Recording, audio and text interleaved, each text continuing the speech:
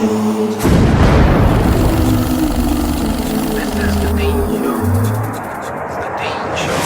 alhamdulillah, peace be with you. Welcome back to the Dean Show. I'm Eddie, your host, and in the Dean Show studio.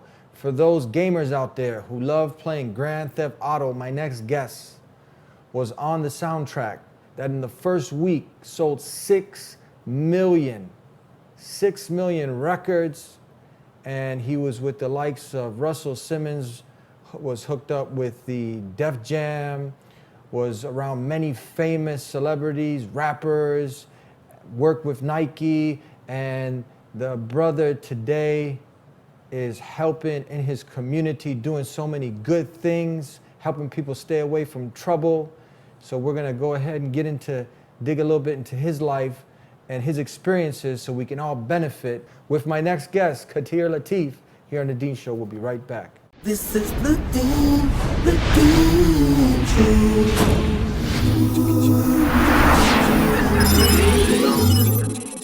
This is the Dean Show. This is the Dean Show. This is the Dean Show. This is the Dean Show. This is the Dean Show. This is the Dean Show. This is the Dean Show. This is the Dean Show. This is the Dean Show.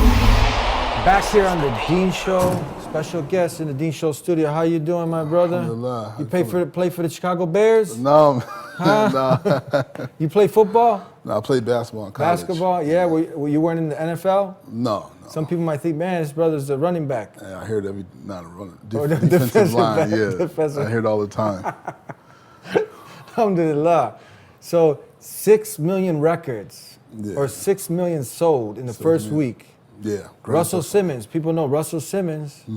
What's he with? Bad Boy? No, not Bad Boy. Jeff Jam.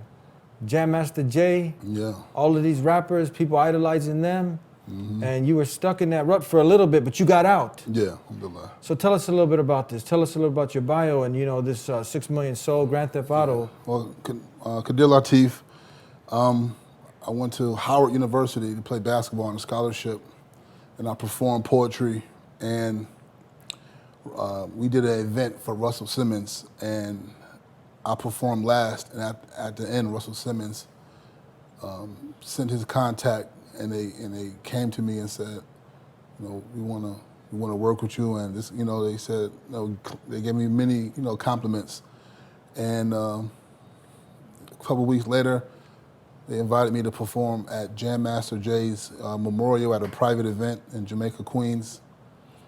And I started meeting so many people, like getting business cards, and just people started reaching out,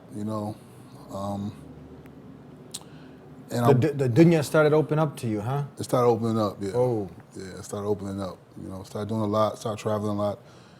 And I got management, and I started working, and even though, it's in the halal, and then you try to keep it halal, when you let little things get in, it kind of soils it. So I was doing work for Nike, for Reebok. I'm working with DJ Green Lantern. That was Eminem's DJ at the time, but now he does DJing for Nas and Jay-Z. We did a lot of different things. We did a whole mixtape project, featured Wyclef on there. Styles P was on there, a lot of other MCs, and it kind of, you start chasing it. Like once you start getting around it, you really want to start you want to be big and you want the money. So, you start compromising. You start compromising your beliefs, and you start compromising who you are. And next thing you know, my last biggest accomplishment, it was in '08 or '07. I submitted a song to the Grand Theft Auto 4, the last one that came out.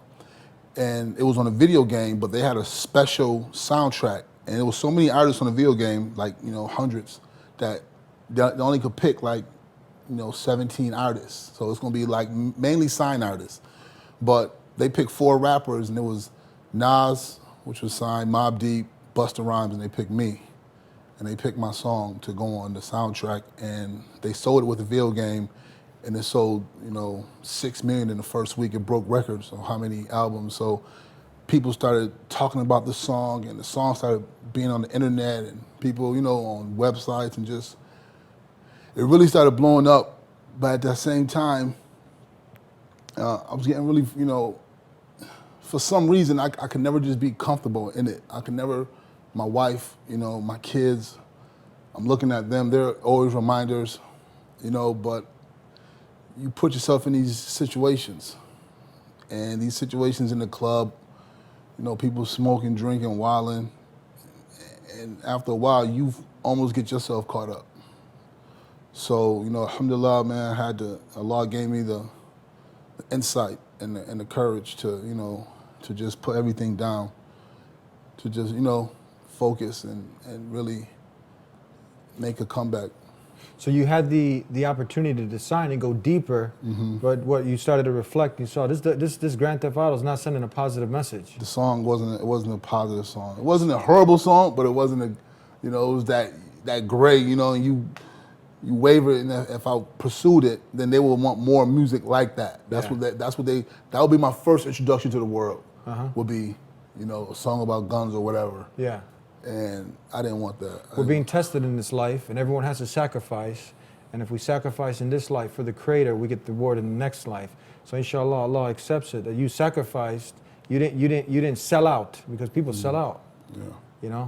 So alhamdulillah, may Allah help us, the Creator help us to stay what's on the way that's pleasing to Him. So continue going on. You kind of you grew up in Buffalo, New York. Buffalo, New York. And we want to reach out to the people out there who are having a hard time. You know, their cupboards are filled with Xanax, antidepressants, or maybe not even that, just drugs and alcohol. People have turned to the bad life, thinking it's the good life. Right. And you had a taste of that, and you were just sharing with me a story. Right, you were telling me a story about you're involved in a community, and someone who was a former gang member, mafia guy, whatever. Tell us about this story. It's a guy who was known to be in the streets, and alhamdulillah, he took his shahada. I worked with him, and he took his shahada, became Muslim. And sometimes your old life, it just doesn't disappear. You do bad things, you got to pay the consequences. So he's been doing real good, and recently, before I came out here, he called me emergency. He was texting me. What was he like? For a former? He was like a big. He was a street boy, like a real life. Like a drug lord or something like that. I don't say a drug lord, but he was like a big time. He was a bad guy in the streets. Troublemaker. Yeah, he was a bad guy in the streets. Yeah. And alhamdulillah, I became Muslim. Most of my friends who I played, a lot of my friends I played basketball with, who I hung out with when I was in the streets hanging out, they become Muslim. So alhamdulillah, bi'idhni Allah, that they can relate. They can relate to what I'm saying, and they see me when I was down, and they see me now that I'm more conscious and getting involved in the community and pulling these guys away from these situations. And he called me, alhamdulillah, but what he wanted to do was street retaliation stuff. And we went to the masjid and we kicked it. So you were saying the guy tried to shoot at him? Well, guy. He saw the guy? He seen it. He didn't know the guy though. Yeah. I guess there was some gang stuff going on from one side of town, the other side of town. He was just going to the store. Yeah. And he just came back in town actually. He went to the masjid in Virginia, and he came back and somebody shot at him. So he calls you now. So he calls me and says, "Yo, somebody shot at me. This is what I want to do. I want to get whoever I think it is." And I said, so he's doing his instinct. That's what instinct for him to say, run up in a mother house, whoever, and get him. Who he thinks. He don't even know who it is. That's the street mentality. That's the street mentality. That's before Islam, though. Before Islam. Islam calms you down, puts you on the right path. You don't think like that no more. Yeah. So what happens next? So I pick him up. The person who he thought it was, I knew the person who he thought it was. So I went and I investigated, and because the guy was from my old neighborhood. So I went and investigated, and it wasn't that guy. So I went to him and explained that you have to have witnesses. First of all, in Islam, you just can't do something without having witnesses and knowing that appropriate ways to do it. And we went to the masjid and we talked and talked about Prophet Muhammad sallallahu alaihi wasallam, and he was like, "You're right, man. And alhamdulillah, he didn't do anything, and he just prayed, and he, you know, showed his growth, because So this situation is diffused. it's diffused now. Even we can't even take the law into our own hands. I can't take the law into our own hands. Yeah, so you diffuse the situation, and now is this brother coming around that his character is changing, becoming a better human being all around? Yes, man. Yeah. It's beautiful. Now you've seen, I mean, I'm sure you've seen some of the most, you know, corrupt people. Yeah. Have you seen them? And then how, after they, you know, submit to the will of God, submit to the will of Creator, that's what a Muslim is, right? But some people, like right now, because we have a lot of not yet Muslims out there, people, you know, everyone, I say always that everyone has this potential to submit to the Creator, but someone says, look, because nowadays you have all this false propaganda with violence being attributed to Islam, and they say, yup, that feeds into it. Brother got 2 swords around his neck. He's ready to chop us up. What do you got to say about that? This right here is just a shield of the Ottoman Turks. Yeah. You know, and it's also a symbolism of I protect the purity in the art of poetry. Yeah. You know, I protect it, you know. But it's not like, you know, this is, if you listen to my lyrics, you just know, like, oh, he's not that type of guy. Yeah. But you know, a protector of the art, keeping it pure and keeping it, you know, feasibility. Yeah, so it's not promoting to cut somebody up, right? No. No, it's not. It's not gold, though. Either. No, it's not gold either, man. It's brass, man. You got people thinking all sorts of things. We want to just, you know, the skeptic out there, just answer, clear his doubts. We're gonna continue on with this interesting segment here on the Dean Show with my brother and your brother Quadir Lateef here on the Dean Show. Don't go anywhere.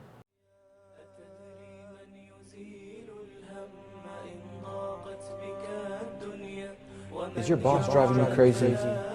Are you just living from paycheck to paycheck, party to party, and everything is just getting tiring? It's getting played out, and you're asking yourself, what's this all about?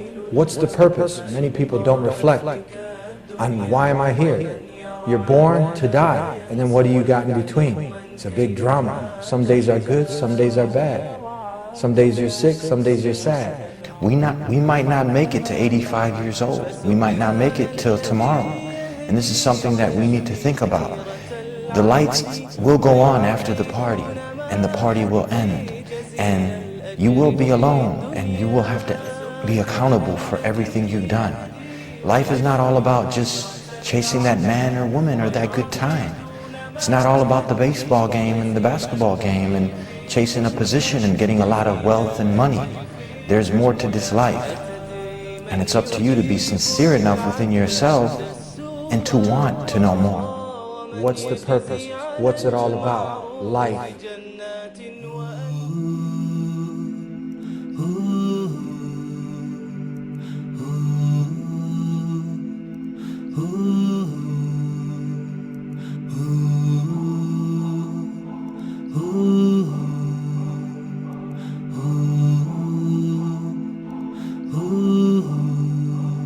Show us the way to Allah's grace.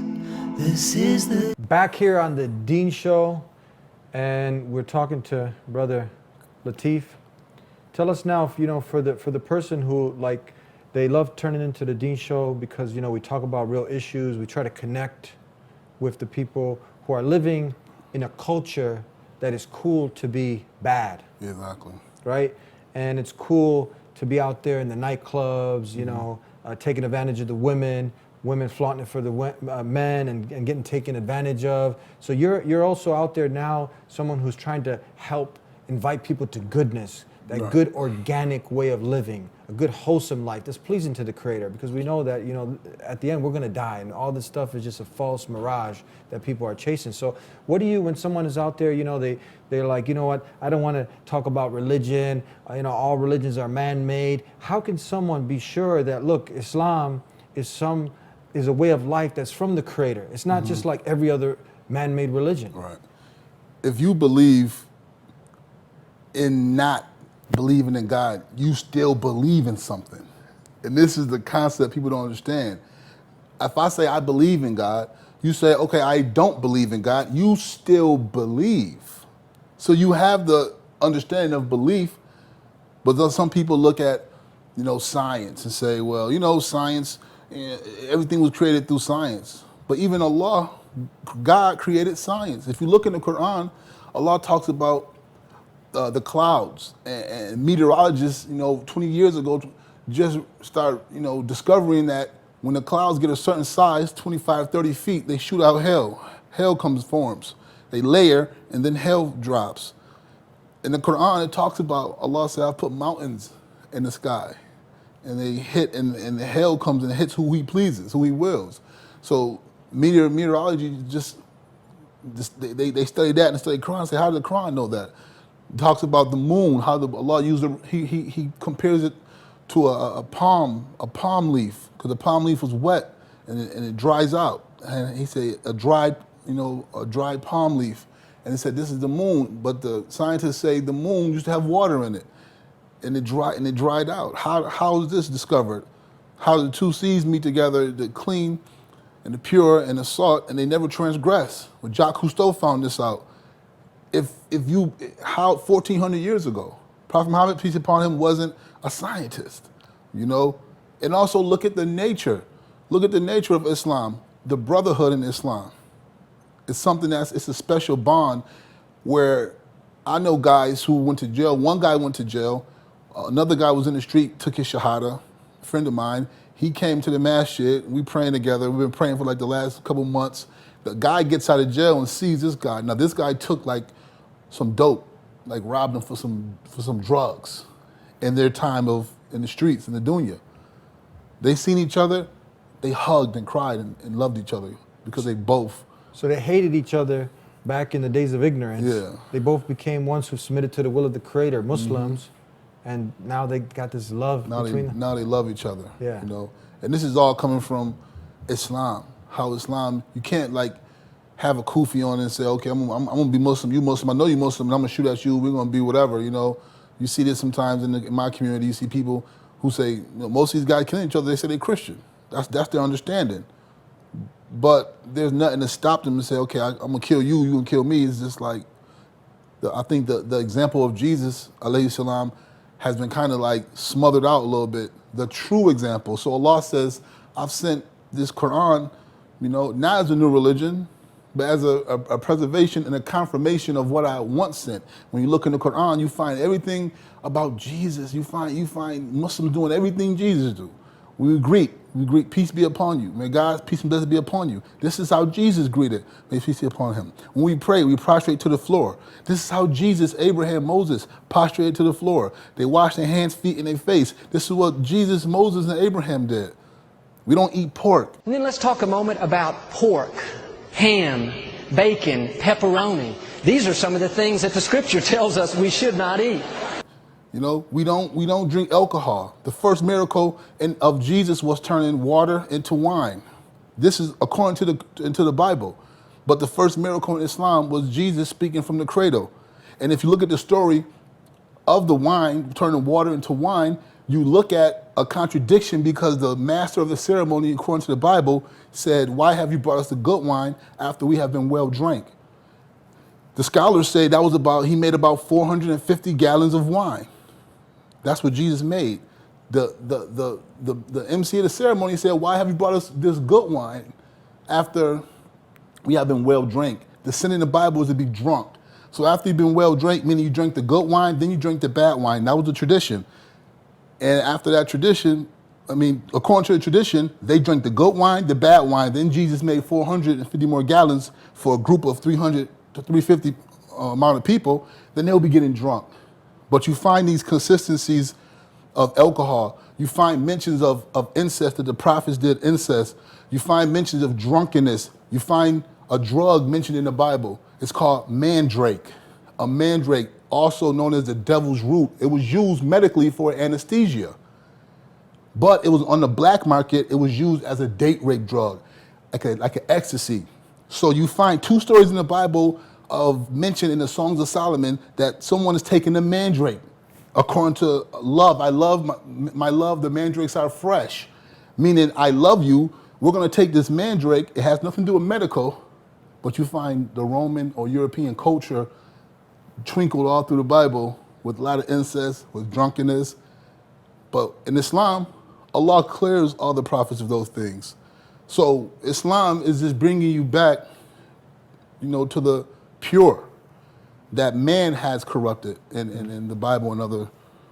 Yeah, many of our brothers in humanity don't know that we believe that there is some of the word of the Creator in the Bible, but it's been contaminated, been corrupted. That's why you see some of those false stories that are attributed to the best examples of mankind. You'll see the prophets were the best. Right. They can't be, doing horrific crimes and expect, us to be, saints and angels, right? Have the best behavior. If they're doing, they have to have the most pristine character. And that's what Islam, Allah clears them of all these false notions. Like, like you mentioned the incest, what was that, Prophet Lut with his... If you, just quickly on that, if the Christians believe, if you believe a sin is a sin is a sin. We're going to say a sin is a sin. That's what the Christians believe. The Bible teaches sin is a sin. So if a sin is a sin, why did God save Lot and his daughters, right? Now, when he sent this brimstone and his fire and brimstone down, it came down, and it came down so quick, it's like somebody shot a gun in this room, me and you would hit the floor. That's how it hit. Boom! Don't look back, just run. So they run to the mountains, right? Now, later on in that story, his daughters get him drunk. At what point in time did they say, boom, the fire and brimstone come down, hold on, let's wait, let's get this wine. Oh, hold on. Like, no, they didn't get wine. When would they get wine? You can't even look back. It was that serious. So they went and got the wine, went to the mountains, got him drunk, which was a sin. Incest, which was a sin. Fornication, which was a sin. So you're looking at one sin that of the homosexuality. If a sin is a sin, they did their one sin. That's their one sin. They did 3 sins. Why would God protect them and abolish them and keep them? It's a contradiction. A crime is a crime. Yes, a crime is a crime. But there are different levels of penalty to every crime. They say that if you look at someone in Christianity, that is just like doing it. But Allah says if you look at her, if you go get her number, but you remember me and say, I can't do this, Allah rewards you for self-restraint. And you're not rewarded for self-restraint. Yeah. Now, before we get off this topic, but did you clear, because you obviously, you studied the Bible a little bit. Most people who've accepted Islam, they look at the different religions, and then they come to Islam after they've investigated everything else. Most people become atheists because they see that all of these contradictions in the man-made religions, so they put it all in the same bunch and say all of this is man-made. But there's no way, if you really scrutinize Islam, you look at it sincerely, you'll see that it cannot come from the creation. It comes from the Creator. Now, this idea, we never want to hurt anybody's feelings. We sincerely want, to educate the people and have them really look and think, behind just blindly following their culture, their ancestors, or their uncles, fathers, closest of kin, and think for themselves. You'll never find anywhere in the Bible where Jesus ever said that he was God, to worship him. Do you ever find that? Never. You never find that he says, I am God. You find someone else saying it, but you never find him taking sonship either. You never find him saying, every time he said, I'm a son, he will say, my God, your God. I'm a child and you're a child. He always made reference, our Father, he always made reference to not just him.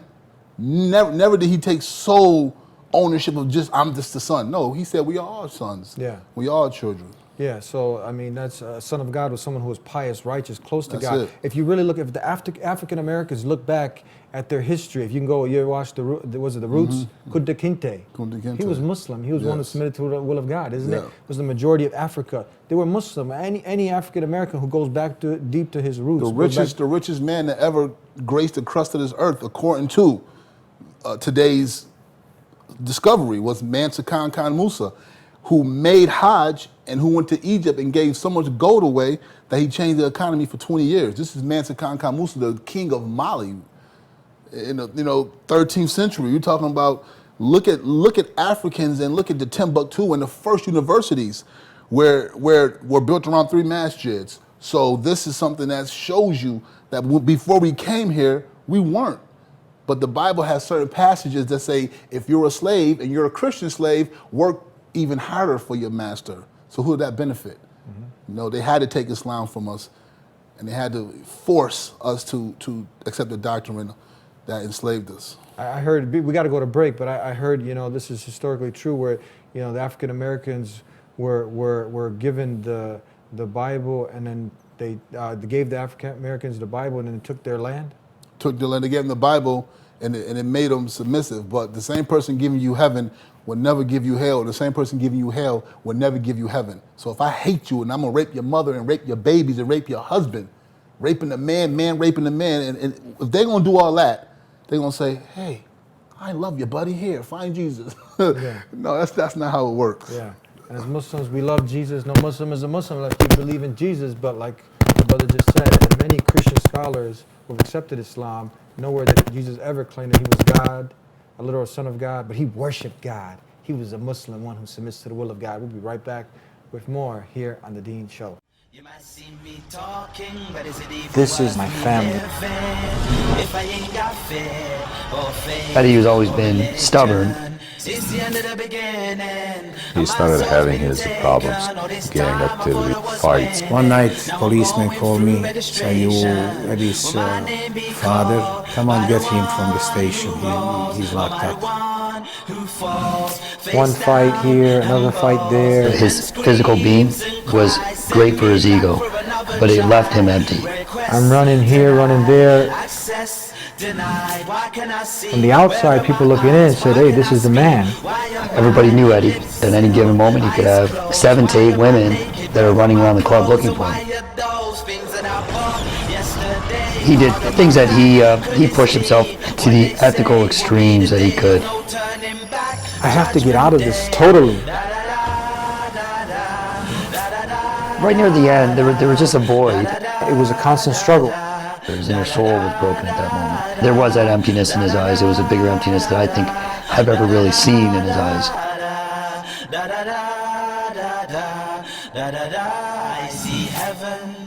It was Dr. Jekyll, Mr. Hyde, and he was struggling with that, but the effort was there. There was a conscious effort to make that switch. People actually started talking behind his back, look at him, he's starting to be a good guy. And this was the reality. It was death. Eddie's concept was he wanted to start showing Islam and spread it to the non-Muslims. Well, people didn't know who I was. Like, well, why are we doing this? No one's gonna take you serious. You're living a dream. And people were just stubbornly resistant, and I started looking at you like you're, from outer space. I had to be out there and trying to convince people to be on the show. That first episode of that show aired, I think that's when you saw the full formation come into hope. This guy's changed. What's going on here? He's a machine, But to see someone change, to see their character changes, to see positive changes in their life, it's a sign of God. Back here on The Dean Show, and we're talking to Brother Lateef, former artist with the soundtrack that sold 6 million records on Grand Theft Auto, and you worked with the likes of Russell Simmons, and you investigated the different religions out there, and you came with full conviction now to know that, because everyone, even if you're born in a Muslim family, you have to make a conscious decision, because you have many people that are going with the rituals. Right. They haven't totally submitted, but you've investigated and you've seen, that this is indeed from the Creator. So how do you, when you're talking to the rough and tough and the brothers and and humanity and people who are out there on the streets and they're just wasting their life, gang banging, selling dope, selling drugs, emulating 50 Cent and Jay-Z, what do you tell them, to try to get them away from destroying their lives? You have to understand the people. You have to understand the culture. You have to understand the mindset. And you have to understand the pain. The pain is very important. Prophet Muhammad said, Salam, when you look at Prophet Muhammad said, Salam, and you look at when he came to Islam, before he came to Islam, Christians were thobes. Atheists were thobes. It wasn't, but he stayed that dress, he kept that dress because he didn't want to be unfamiliar. He added a kufi under the turban, or he added a kufi so he could, the beard, so they can differentiate. So he wanted to look familiar, meaning people have to know that you understand my plight. If he came over there with suit and tie, then they would look at him and say, well, first of all, you don't dress like me. I mean, you don't come from where I come from. So visuals I feel is a big thing. So with Islam, I try to, even though I'm Muslim, I try to keep the dress of the people in my community. Meaning I won't wear silk, I won't wear gold, I won't wear tight stuff, but I wear things that's modest, like the Quran prescribes us. So we can first have a visual understanding that I come from where you come from. Second, I know the pain and the hurt and the wants and the pleasures and desires that this dunya gives because I chased it also. But there's something greater. There's something way greater than this moment of getting drunk or a moment of smoking weed or having a little money and then spending it and always chasing it. There's something much greater when you leave here. And I gotta ask him, do you believe that? Do you believe that when you die, what's gonna happen? It's just gonna be over? You just gonna fall asleep? No, you gotta pay to play. There's a price to everything you do. And I have to remind them that there's a price. And I said, look, if you Christian, look at Jesus. If you look at Jesus' life, some people say, what would Jesus do? But it's not, they don't really do what Jesus did. So you have to say, what would Jesus, if you really believe what would Jesus do, then look at the way Muslims conduct their lives every day. Pray without ceasing, it says in the Quran. Pray without ceasing, without stopping. That's in the Bible. It's in the Bible. It says pray without ceasing. So you look at, I ask people, how do you pray without ceasing? Just walk and just pray. No, how do you pray without ceasing? Without stopping? You don't stay in you stay in the prayer mind and I'm focusing and no, it's not even, realistic. Mm-hmm. But if you look in the Bible, Peter looked at the sun and told Jesus it's time to pray. It's a verse in the Bible that says that. I forget but he said, look at the sun, it's time to pray. So you look at Islam and we look at the sun and we know by certain positions of the sun going down to night, sundown. What time it is. What time it's time to pray. So you find these things that confirm each other and it pushes them. But when people come to Islam from Christianity or from the streets, they find a peace that they couldn't find in that life, even though they have money. You have people coming to Islam that have so much money, and they may not have the same amount of money, but they have a lot more peace. And this is what Islam gives. It's a peaceful submission. And this is what people really want, because the fitra, the natural inclination, is to do good. And we have to start aiming at that, not judging them, not coming down on them, but waking that aspect of them up through reminding. That's a good reminder. Judging is one thing, that's left for the Creator, but giving the sweet advice. That advice that if somebody was to give you advice to invest in a stock that's going to hit high, 100% guarantee you'd be investing, right? But this deen, when you invest this way of life from the Creator, you got nothing but good that's going to come from it in this life and definitely in the paradise in the next. So we're almost out of time, but you do this what's called a spoken word, like poetry. Yeah. Without all the guitars and all the other stuff, right? You do it just. I made a CD with pure natural sounds. Pure natural sounds, mashallah. Now I do have according to I had like a hip hop CD, but I try to make something that's halal that I feel, So you talk about the prayer in this, right? Because you got a lot of those, people who, again, this is the advice because we love.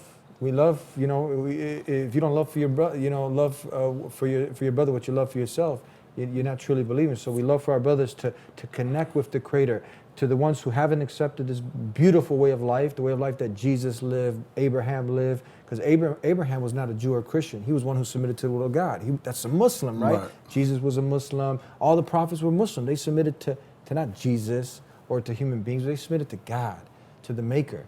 So after that step, there's a time that you have to commit. You don't just fit Islam in, right, where you want it. You got to fit everything else into Islam. So many people are not praying, but not going to Jummah. So we want to give that advice. You give it through the spoken word, isn't it? Yeah. So can you go ahead and share some of that with us that addresses some Yeah. of these things, the abandonment of prayer and Jummah and some of the other vices, hope and motivate, some people to do these wonderful actions. Okay, it said, I never ask a man for help, I ask Allah. And think about death, so I stay on a sirat. And when no one's looking, you sneak and give zakat. Allahu la ilaha, shaitan leaving out my spot. You rush to work, but you late for salat. A Muslim never brags, but his actions say a lot. You don't care, astaghfirullah. You don't share, astaghfirullah. You fear the cops, but you have no taqwallah. You want a piece of the prophet, but not peace for the prophet. You want a piece of the prophet, but not peace for the prophet. See, that money is your Lord, so you worship an object. You don't invest into your deen. No spiritual deposit, it's the message and the messenger. Protected like Sahabas, gotta clean out my closet like Muhammad did the Kaaba. Stay away from the falana when death is upon you. So we run to colleges, but don't run to Malanas. No Kitab or Quran. You learn words to a song, hypnotized by a thong. You ain't watching for shaitan. You watch the weight you put on. Fantasized by calories while Palestine count casualties. Fantasized by calories while Syria count casualties. And sheikhs at grave recite Yasin over anatomies. Where your reality is Applebee's. Johnny was hanging slave from apple trees, no apple seeds, just lowercase lies and capital catastrophes. Bold print blasphemy, italic strip idolatry, and you can find me where the scholars be, saying Ar-Rahman, Ar-Rahim, Al-Malik, Al-Ghaffar. Got my head on the ground and my knees on the floor, and the devil on my ear, Eddie, telling me to trade it for the world, but I won't trade it for the girls. I won't trade it for the pearls. I won't trade it for the cars. I won't trade it for the G's. I got love for my Ak, and I pull him out the street. Because if you laying with the dogs, then you sleeping with the fleas, and the pen is mightier. So I'm writing Al-Aziz, Al-Aziz, Al-Jabbar, Al-Mutakabir, Al-Aziz, Al-Jabbar, Al-Mutakabir. No blunts in the air, no punks in my square, no tight jean hair. They get pushed to the rear, just a pump in the snare, leave them slumped from the fear. I got shahada on my lips, asking Allah to bring me closer to you. Hold me like a baby. Islam is the truth, and that's no ands, if, buts, or maybes. Damn! MashaAllah. Hey, alhamdulillah. Thank you for being with us here on the Deen Show. I hope that woke up some people from the deep sleep that they're in. Touch some of the hearts. May the Creator of the heavens and the earth reward you. Thank you. Thank you, brother. Thank you. Subhanallah, alhamdulillah. Praising the Creator, doing the wonderful things that He's told us to do. I hope listening to some of that poetry woke some of the hearts up that are in a deep sleep. Like the brother said, hypnotized by a thong or some Jay-Z song. That stuff's really not going to help to develop you to be the best human being that you can be. And that's, what the Creator wants from us. That's why He sent messengers throughout time. And none of them called human beings to worship human beings. Jesus never called people to worship Himself. Abraham, Moses, and the other messengers that the Creator sent, Muhammad being the last, they all came with this straightforward, simple message. Worship the Creator, not His creation, and do good. Prepare for death, because after death, you're going to be judged. It's a day of judgment. People want justice, and you might have went through all sorts of trial in this life, because this life is a test, and many people might have not gotten brought to justice, and everyone wants justice. So what would it be if the person who believed in God and gave the most out of their wealth, and at the end that person suffered so much, and they just died? It doesn't make sense. In the next life they'll be rewarded.